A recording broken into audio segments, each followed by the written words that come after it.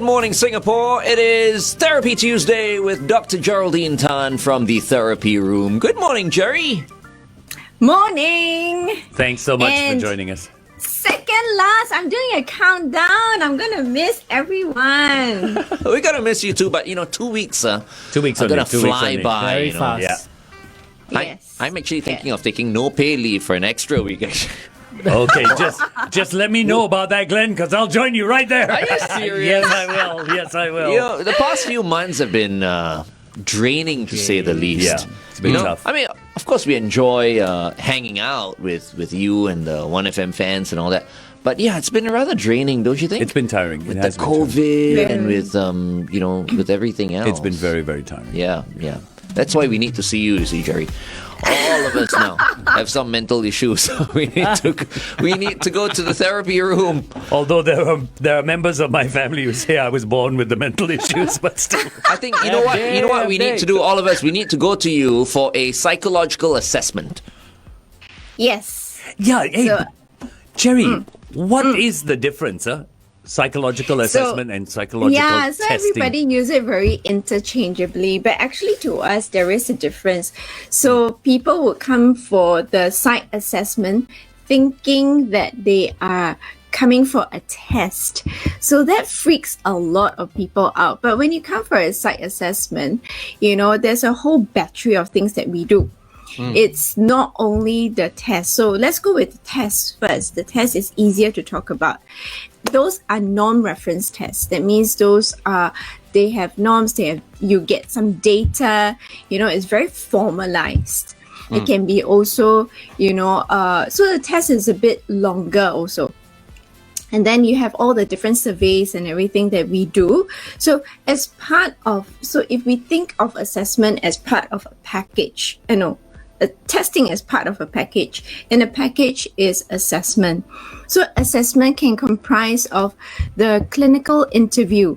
So a lot of people come to us thinking that immediately they can sit down and have a counseling session. Yeah. No. Then they are so disappointed because they will tell us, but you're only asking me questions. But if we need to diagnose, we have to ask the questions. If not, we miss out some, symptoms, or miss out some areas, or we misdiagnose, or we have the wrong therapy for you. So we don't want that to happen. So the first session or even the second session tends to have more questions. We want to find out what is wrong with you via a clinical interview instead of jumping straight into therapy, counseling, or testing. So that's one of the areas that people don't realize. And then some of the different counseling centers out there, they might have little surveys that you do right at the beginning because the psychologist wants to understand you. So those that are given at the beginning of your counseling sessions will not have a report given to you. So please don't go and ask, the other day you did this test for me, or can you give me the report? Because the psychologist will not give you, it's for their info. Okay, we're talking about psychological assessments right here on Therapy Tuesday with Dr. Geraldine Tan. Here's Sixpence None the Richer. There she goes on 1FM. We are live on Facebook. So psychological assessment, Jerry, that means it's kind of like a getting to know you session. It's knowing your signs and symptoms. Yes. So it's not just knowing you, but it sounds like knowing you because sometimes it's depression, anxiety. So we want to get to know your background. So if the psychologist does a bit more dynamic work or psychotherapeutic work, they will ask a lot about your background. Okay. Or if we are attempting to diagnose, then we'll ask a lot about your signs and symptoms. When do you last have it? How serious is it? How bad do you feel? And then you go, I've told this a million times over to psychiatrists and everyone that asks of me. Yep. And now I'm telling you again, why do I have to repeat to 10 million people? but we need to know that from the horse's mouth so that we can make a better therapeutic alliance and to connect better with the disorder. Ivan? Yes, Ivan. Dr. Jerry, can I just... Yes. I mean, I have to say that psychological testing sounds very intimidating, but what can one expect when they go and see you? Okay, so psychological tests, there are a few different categories here that we are looking at, right? So there is the cognitive. I think we've covered some in our various little talks, but there's cognitive, there's personality, there's vocational, there's neurological. So there's a variety, and depending on the different combination, we can even use it for legal purposes. Okay. For someone who has nightmares on a daily basis. No, I'm Why serious. are you looking at me when you talk about nightmares? That's what his nightmare is. What the hell? Seeing you. No, because I'm thinking if someone has nightmares on a daily basis, right, something must be troubling him or her, right? And let's say, this person has been suffering from these bad dreams for maybe a month or whatever. Is it a valid thing for this person to then ask himself or herself, should I go for a psychological assessment because I shouldn't be having all these disturbing dreams? Yeah, so we have a few of them that come and say, I'm very disturbed by my dreams. And some of the psychologists are very comfortable to do dream analysis. And then, That's a thing. That's a real thing. Sorry? Dream analysis. That's a real thing. Oh, okay. Yeah, it is. Your dreams tell us about, what goes on not behind, but in your subconscious. So it's very exciting. The world of psychology is so man. exciting. So, Doctor, if Dr. Jerry, sorry, I'm calling you Doctor. Having a Dr. consult now. Jerry. Yeah. So if a person dreams, Yeah, he right? is, okay. Shaun. So, I know. but then they can't recall what they dream about, but they know it's a bad dream. Right, They wake up and their heart is beating, really fast and all that.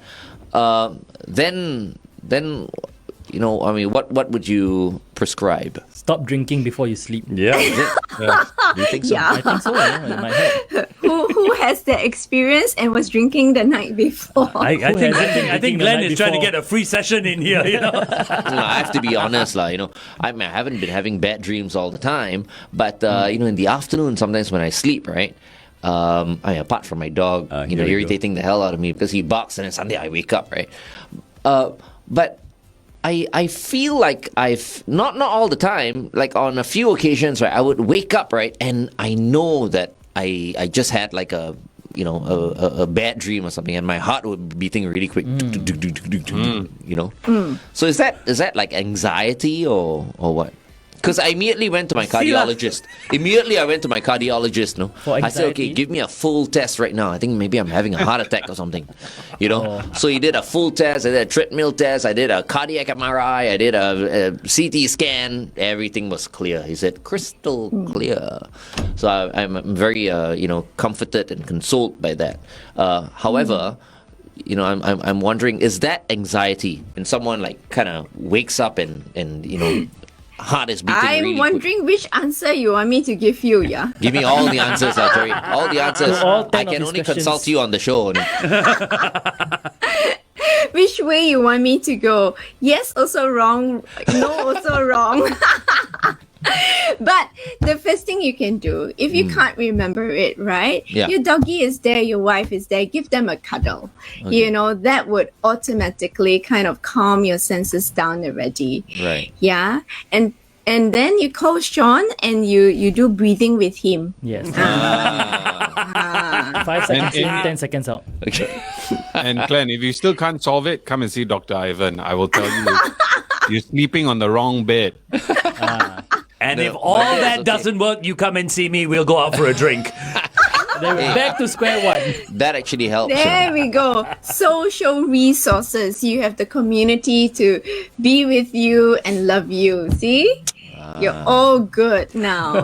Guys, remember, as you're watching this, if you do have any questions for Jerry, you can always put them down on our Facebook page, and we'll blast Jerry with all your questions. So, a psychological assessment, psychological testing, is it different depending on which phase in your life you are, whether you're a child or you're an adult or, like me, a geriatric? Yeah, the more you say it, the more you will be. That's why. I don't even begin to feel like a geriatric. No, we celebrate life. We celebrate Absolutely. life. So, yes, we can categorize it in the different developmental stages. It just makes it a little bit easier. So the little ones, generally we do a lot of behavioral testing. And when I say behavioral testing, it's usually like survey forms and things like that. And observations. So observations fall under the umbrella, not testing, but assessment. So sometimes the site will go down to the school and see how the child is or behaves in that certain setting. Okay. So sometimes we've gone down to the homes to then look at the children in that particular setting. Okay, we're going back So on that's air. the observational part. All right, hold on. We're going back on air. We are speaking to Dr. Geraldine Tan from the therapy room about psychological assessments. So Jerry just assessed FD, and we're talking about... And he failed. Thanks, Shaun. if you were watching live on Facebook, you would know how Jerry described FD earlier on after the assessment. But we are talking about psychological assessments for children, Yes. Jerry? Yes, so for children, right? So the behavioral assessment, so the observational, the survey forms that we give, and also where if parents are tuning in, all the battery of tests for the different disorders. So over the last few weeks, we had spoken about ADHD, attention deficit hyperactivity disorder. We've got tests for those. ASD, autism spectrum disorder. So we have tests for those. So those are interview and observational, as well as all the IQ. And then you have the dyslexics or learning-specific learning disorder. So again, tests for those. So we have tests for many different areas. Yeah. So correct me if I'm wrong, Dr. Jerry. Tests and assessments are two separate things, but related components of a psychological evaluation. Am I right to say that? Yes. So when the parent comes in, we will not launch straight into the testing. Your testing might be scheduled on the same day or another day. But when they first come in, we want to understand your concerns. We want to understand, your child, what needs your child have, and also have your child be acquainted with us and the center. Because sometimes for the autistic children, they get a little bit worried about new spaces. You and I get worried about new spaces also. So sometimes, that first hour is really having them settle in as we chat with the parents. So we want to find out, all the different challenges and why you are here to see us. Right. Yeah, so that's when you first come in. And then when we schedule for the test, then your child goes in for the test, and it is usually face-to-face, and it is administered or on the computer, depending on the type of test. Got it. Okay, so that's for a child, which is quite easy because the parent is making the decision to bring the child in. Actually, not that easy, lah. I think it's very hard for a parent to make that decision. To make the decision, but for the child, it's a lot easier because mommy says go, I go. But for an adult, how do we get people who we think may need an assessment to actually go in? Because there Hey, is. see, I'm constantly asking her to assess me. No, you I'm are an adult. you are a very different person because Jerry, correct me if I'm wrong. End of the day, there is a societal stigma to all of this. So thank you for revisiting this topic again. I still hear that despite all our efforts to try and let people know that there is nothing wrong coming to see any mental health professional, right? They still feel that there is a stigma. There's something wrong with me. And I always have to tell them there's nothing wrong with you. You're as normal as any other human being. But sometimes they get very broken. So one of the girls who had come back again because her anxiety surfaced during the COVID period, she was discharged, I think, years ago already, but during the COVID period, it was so bad that she actually returned and she said, I'm useless. I thought, I've gotten over it. But now I'm back. So again, the assessment would be the very first session. I cannot launch into the counseling, although I've seen her before, but it's been years ago. So I'll have to sit with her, find out all the different details again and what is going on at this point in time and the new signs and symptoms, if any. Would you or not, Evie? I mean, as an adult, okay. I'm asking you, Shaun. Well, I'm asking you, Sue. I'm asking you, Ivan. As an adult, right? Would you go and find out? Because I always want to find out, is there something wrong with me? No, but you don't need to, Glenn. We know there is. There. Like you're a professional. Mentally challenging, no? You know what I mean? But you guys really feel that stigma. I believe it does exist. Would you go? I would go. Okay, I would go. You would go. I would Shaun, go. would you go? Oh, yeah, for sure. Sue, would you go? 100%. 100%. Ivan? I will No. go. Oh, okay. And after that, have a couple of beers with FD. Yeah, you're on, dude. We'll make it work. But Self-prescription. Jerry, we're about to go on air, and I'm going to ask you something that I think a lot of people need to hear you answer. All right. Okay. The time is 8:18. 1FM time check by Budget Direct Insurance. Now we are on Facebook. Now we're on now Facebook. we're Sorry, off air. I keep getting mixed up. So, Jerry, here's the question I want to ask, and a lot of people have asked me this, and I keep saying I'm not going to answer it. So they said, ask Dr. Jerry. It seems like a question that everyone should know the answer to, but people doubt. Do you work with the same rules that your normal everyday doctor works with? In other words, doctor-patient confidentiality. Yes. So definitely a huge yes. There's a patient confidentiality, so we don't go blabbing around. So there's, even when I talk on air, there are no names. Yep. So when I reference, it's only, either gender, race, nationality. Yeah. So some things to anchor.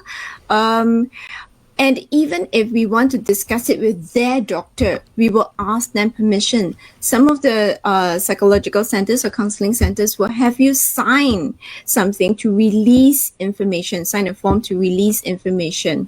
Yeah. When you deal with, say, partners within the therapy room, you're talking to a partner of yours, and you're discussing a case. Again, it is discussed in the same same manner. I have a patient that is like this. There are no names. There's nothing mentioned. Correct? Yes. So usually that is the case, but my center is just too small. The client knows everyone. Okay. But in the event, that we need to do, a formal handover and things like that, all these, the client will be kept informed. Yeah. So Okay. even if I want to, problem always lies with the teens, right? Yeah. Or a young adult, and they say, can you not tell my mom this? Can you not tell my dad this? Right? And yes, we are still bounded by confidentiality. So I will always ask the client, what can I tell your parents? And I've only got 4 things that I will breach confidentiality, and I will tell them. Either you hurt yourself, hurt someone, kill yourself, or kill someone, I will have to breach confidentiality. And they know that. Okay. I just wanted it to come out from your mouth so that those of you watching and listening, you can be put at rest, because I know a lot of people worry about this confidentiality and names being dropped. Right. It does not happen. I just want you to know, Jerry, if you see Completely me agree. and I think I'm your client, right? You can tell everybody that you're Yeah. seeing me. No problem. He'll be the new poster boy. Huh? He'll be the new poster boy. Okay. Okay. Yeah, you just told everyone already, so it's okay. You've done the marketing. Ivan, sorry, you're saying something. No, I say I totally agree with FD. I think whenever someone go and go and see a therapist, I think that the fear of people knowing and someone just letting the cat out of the bag about why you're going to see a therapist it's quite nerve-wracking. Yeah, it is. It is very, very nerve-wracking. The other question we've got, Jerry, before we continue with your topic, is mental health care and its affordability. Is any of it claimable through your MediShield, MediSave, whatever? So some of the centers, you can use your baby bonus. So that one, but centers like ours, we don't qualify because we're too small. Right. So sad. Yeah. Some of the insurance policies today are really, really good, and they cover, depending on the type of policy you buy, quite a substantial amount of sessions or psychological treatments. So you can claim through your insurance. So I think some of the local insurance companies have also picked that up. So you can check with your insurance agent.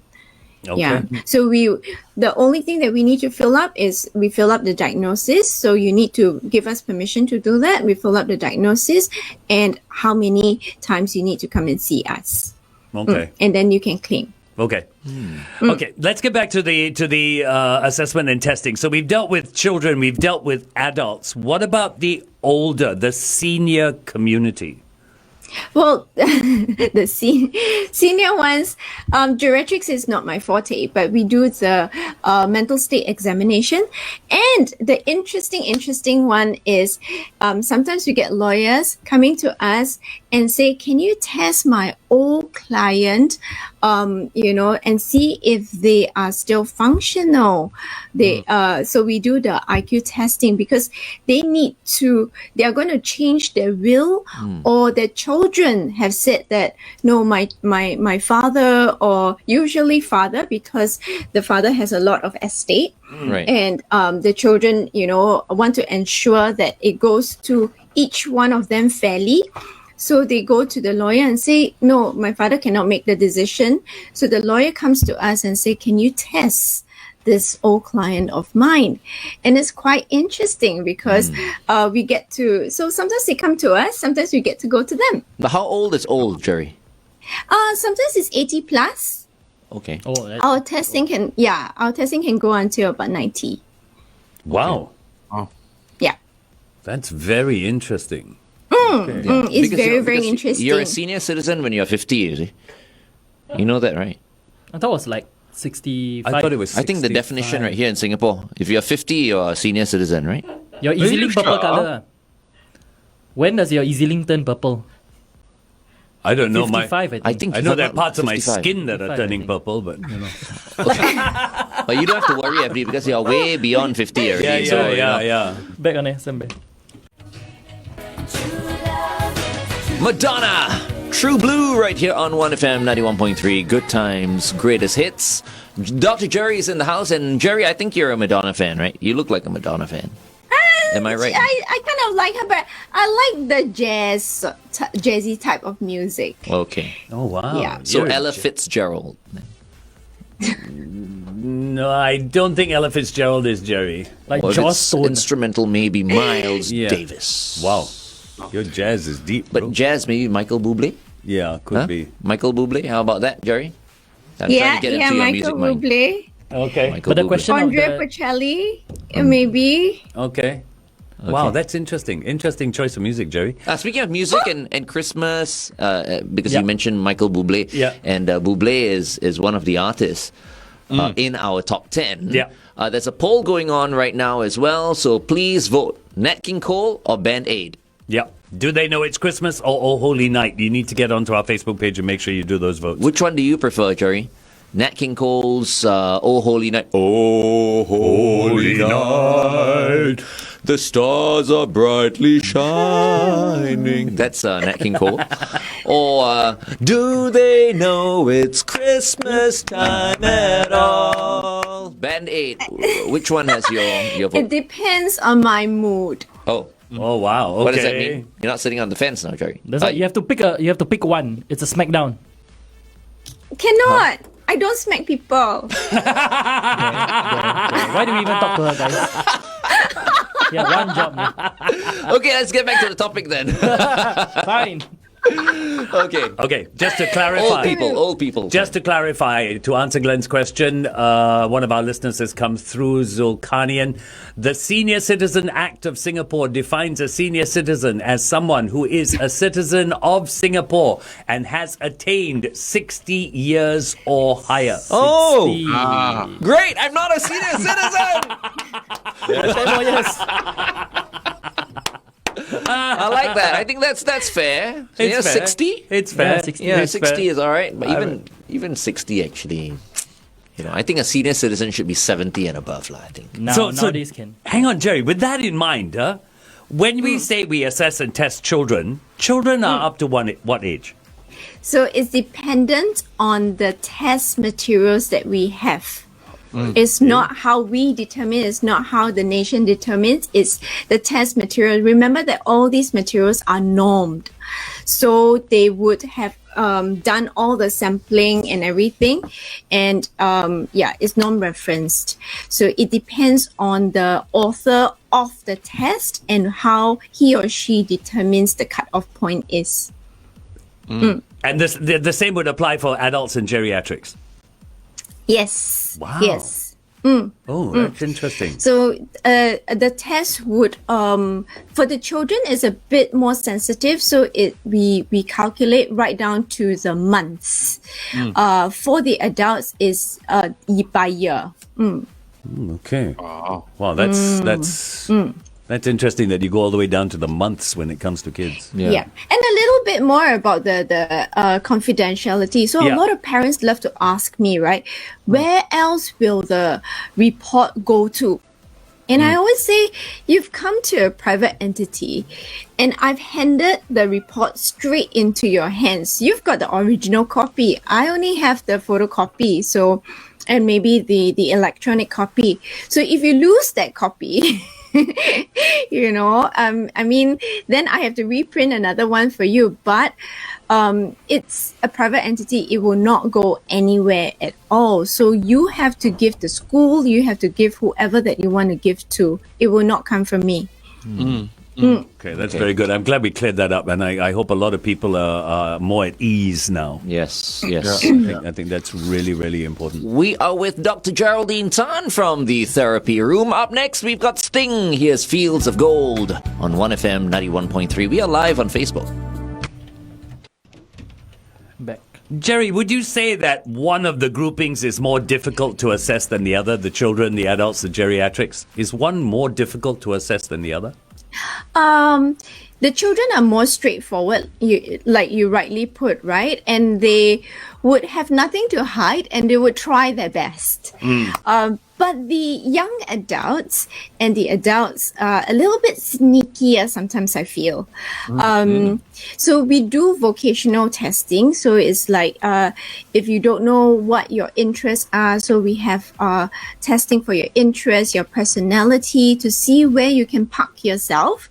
And sometimes they try to fake their answers. They give a different answer because some of the test is only a yes or a no, you see. So they try and give a weird answer. Please don't do that because then we cannot rate it properly or we cannot analyze it properly.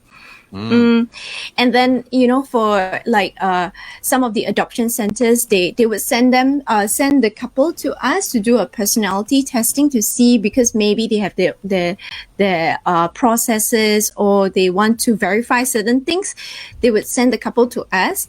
and we do a personality test. So I think we talked about MMPI, which has 567 questions. Typically, we can finish it within 1 hour, stretch it a little bit, 2 hours. But there was this particular couple who were really, I think maybe they were yearning so much to get a little kid. They spent the entire day. So if we stayed there for 8 hours, they were there for 6 hours, trying to complete the personality test. Wow. Yeah. And then, the data then comes out with a lot of fake bad and fake good. Yeah. And basically, if you do that, Jerry, I would be right to say you're doing nothing but shortchanging yourself, right? Yeah, so it renders that entire testing useless. We will still give a report, but a lot of data will be invalid. So it's not helpful for your cause at all. So I will encourage people not to do that. Just go with it, answer it as best as you can. I think in Singapore, we don't have this so much, but in the US, I do know that because we do the IQ test, and some of the children who are graduating into high school, they also go through the IQ test. And what I heard is that the parents put them through the online test, so they get to practice like our driving license, our basic theory and advanced theory, and we want to cheat the system. Okay, we don't cheat, we practice, We need to be good at it. but these parents then put them through training for the test. That's so That's silly. not useful at Yeah. all. So if your child comes out an IQ of 130, which is superior IQ of 140, it doesn't mean anything because you've already practiced it. So I would really encourage parents not to do that, or those that are coming for the test, do not look at the test. I know the internet is a wonderful tool, but when you do that, you kind of ruin our numbers. Yep. And we cannot do our work properly. Yeah. So then our analysis will be wrong. Those parents need to go for psychological assessment. But I think the point that's being made here is a psychologist can only do so much. It starts with you being honest with yourself. Yeah. And I think that's the basis of it. You've got to It's be all about honest being with honest. yourself. For everything Otherwise, in there's life, nothing they can do. it's about being honest. If not, they'll lead to many problems, right? Wow, that is... I never realized that people would prepare that way. Yeah, all it's types very of people. shocking. It's very shocking, but please don't do that. We have a headache otherwise. Ivan. So, so Dr. Jerry, so if I hear you right, psychological assessment, basically we are measuring the behaviors or the type of behaviors. Am I right? Yeah. So we are measuring the some of the symptoms. So if we are doing perhaps depression inventory, we are trying to determine how severe a certain disorder is, or the signs and symptoms. Anxiety is similar. If let's say the child goes through a behavioral checklist, we are trying to pick out what sort of behaviors, and also trying to determine what type, because there are a lot of overlaps, whether it's oppositional defiance disorder, whether it is just being naughty, whether there are other issues. For an adult, whether it's just simply situational, like, depression just maybe because of the work stress, or whether it is a clinical disorder or not. Right. What about anger management? Anger management, yes. So there's that whole clinical interview that they come for, observation that we also look at, whether it is the adult or the child. Or the geriatric. Sometimes they are quite mean and nasty also. So we do that. But not, we may have a test of some sort, but it's not a long test. It's not a long formal, 1-2 hours. So those that take a little bit longer. So I've talked about the personality test, which is the MMPI. Then we have the IQ test. IQ test takes about 1 hour to 1.5 hours. Yep. And then, all the other add-on tests may take about an hour or an hour and a half. Yeah, so it's very long. So when they come or when you come to us, be prepared that sometimes you might be here for half a day. Right.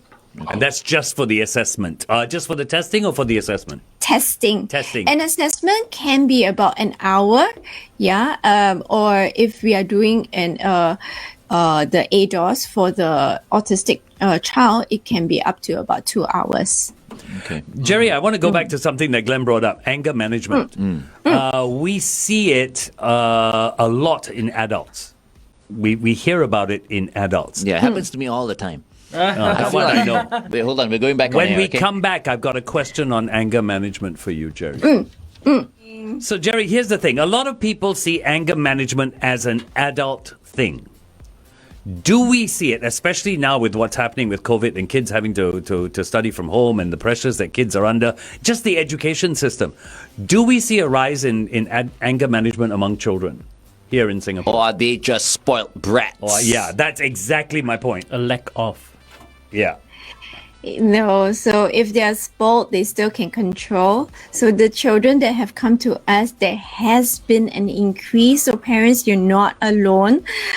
Many of these children are acting out, and they are very frustrated, they're very angry, and they don't know how to express it because their linguistic ability is not developed yet, their emotional self is not developed yet, so it comes up very impulsively. So yes, we are dealing with quite a number of them coming through our doors, and for us to, thank goodness my room is still intact, it's not being trashed. But the majority of cases...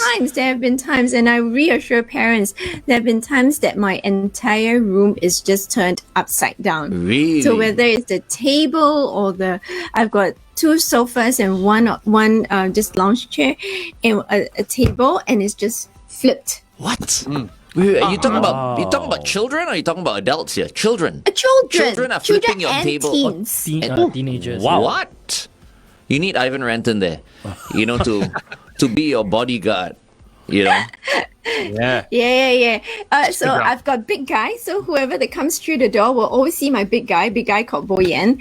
And I think he used to be a bouncer at Zoo. Oh, right, okay. Right. You got the right guy. Yeah, because you need some protection. You Some never muscle. know. I mean, someone might flip you over instead of the table. No, it's very nice at my center, and I must reassure everyone, Boyan is a very gentle giant. He's Right. very kind. May I He's suggest my empath. that you take up Brazilian Jiu-Jitsu and look for Sue, because Sue will guide you. So wait, can you show me some moves? Of course. Yeah, go over to Visit her at Evolve MMA. go and grapple. Yeah, Choke him. So, Jerry, I'll link you guys up. How do we help if we know someone has anger management problems? Obviously, don't make them angry, but what else? Okay, How do we help? Use me as an example. Yeah, how do I deal with Anger management. I was just about to say bring them to a psychologist, but bring Glenn to a different psychologist. Okay. No, but Take a time on a daily basis, how do we help them? I think so. For the little ones, it's if the parents are tuning in, this one thing that you can do. You help them to articulate the possible emotion that they might be feeling. So if they are lashing out at someone, we can tell them you are feeling frustrated, and they will let you know, right? Yes, I am, or no, I'm not. But their go-to word is always angry. I'm just angry. Yeah, but they blanket and use that for any situation. Yeah. So we want to offer them more options. So more emotion. So emotional awareness, emotional training, and that would supplement the work that we do in the therapy. Yeah. Make sure that you calm down that means the person approaching must calm down because you can get quite triggered. So if you are triggered, your mannerism would also trigger them. So you need to step away and you need to calm down also. Right. Sometimes we get them to sit down. So for an adult who is very, very angry, like maybe at the customer service, and you have a very angry customer, the first thing you want to do is to have them sit down. The change in height will calm them down. Oh. Because if you're standing up, right, you're kind of in war position. That means you're ready to fight. But when you sit down, you automatically calm the whole physiological senses. Right. Okay, let's play a song right now. Here's Adele, Set Fire to the Rain on 1FM 91.3. All right. Okay. Last one. Okay. So I was actually about to ask Dr. Jerry, does humor actually release tension when that person is really angry? Do you use humor? Can, but not everyone knows how to use that. And if you're very activated yourself, right, you might not be able to switch so fast. Yeah. So it might be a bit difficult, but your tone of voice can come down a little bit, and your volume can come down. Yeah. So it calms the person down. Because when you're angry, nothing is funny.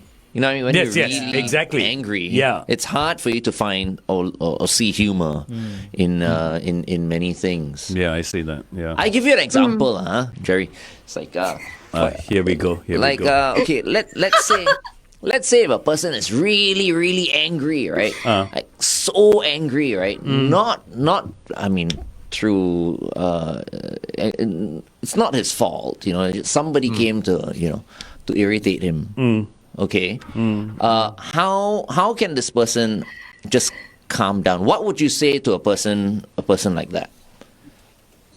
So if the person is very angry and just shouting, well, I mean, it's possible, or just basically feeling frustrated because because someone else is irritating him, or if someone is irritating him, take the irritant away lah. Okay, I'm leaving. See you guys. But what happens if it's just the thought of this irritant, or irritants? Then the person in front of him is not the irritant. So the person in front of him can and should remind him to be present, because you're talking about something else, right? If I'm angry about something that is not in front of me, it's in my fantasy world, then the person in front of me can remind me not to fly away in my fantasy and to come back into the present. Right. So it's a little trick, but it sometimes works. No, actually it works. Okay. Yeah. Any last words for everyone, Jerry? So I thought, because yesterday I was quite miserable, and I was Oh, Jerry! Why didn't you give us a call or give me a Down is call? okay. You feel better. We can be your therapist. That's why I'm here today. So I was just at the supermarket, and a lovely, I think, Master Marina was just chatting with me because he saw my trolley full of goodies, right? And then he said, then we just started chatting, and he realized that, okay, I'm a psychologist. And he said, have you heard this joke? Then I go, okay, why don't you tell me? He said, how many psychologists does it take to change a light bulb? Okay. FD, Sorry. can you Jerry, do you have the answer? Why are you laughing until how many that? psychologists does it take to change a light bulb? I was very surprised with the answer. It's 1, but only if the light bulb wants to change. Because they're a psychologist. Understand? I like that one. But I didn't get the only if the light bulb wants to change. Same like how psychologists help people. Only if people want to change, then they can change. Yeah, you can only change if you want to. But the light bulb is an comedian, inanimate object. That's why Glenn, the stop joke is- thinking like that. It's a joke, Glenn. That's why he needs to see you. Jerry, you got to take him on. I got a 10. Well done, Jerry. Good I'll give one. you a 10 for that as well. Absolutely 10. Okay, I think I also want to let everyone know who are coming for, any sort of test, okay? And it's a little quote from Henry Ford. Whether you believe you can or whether you believe you can't, you are usually right. Yes. I like that one. That one's a good one. That's a good one. Very nice. Nice stuff. Nice.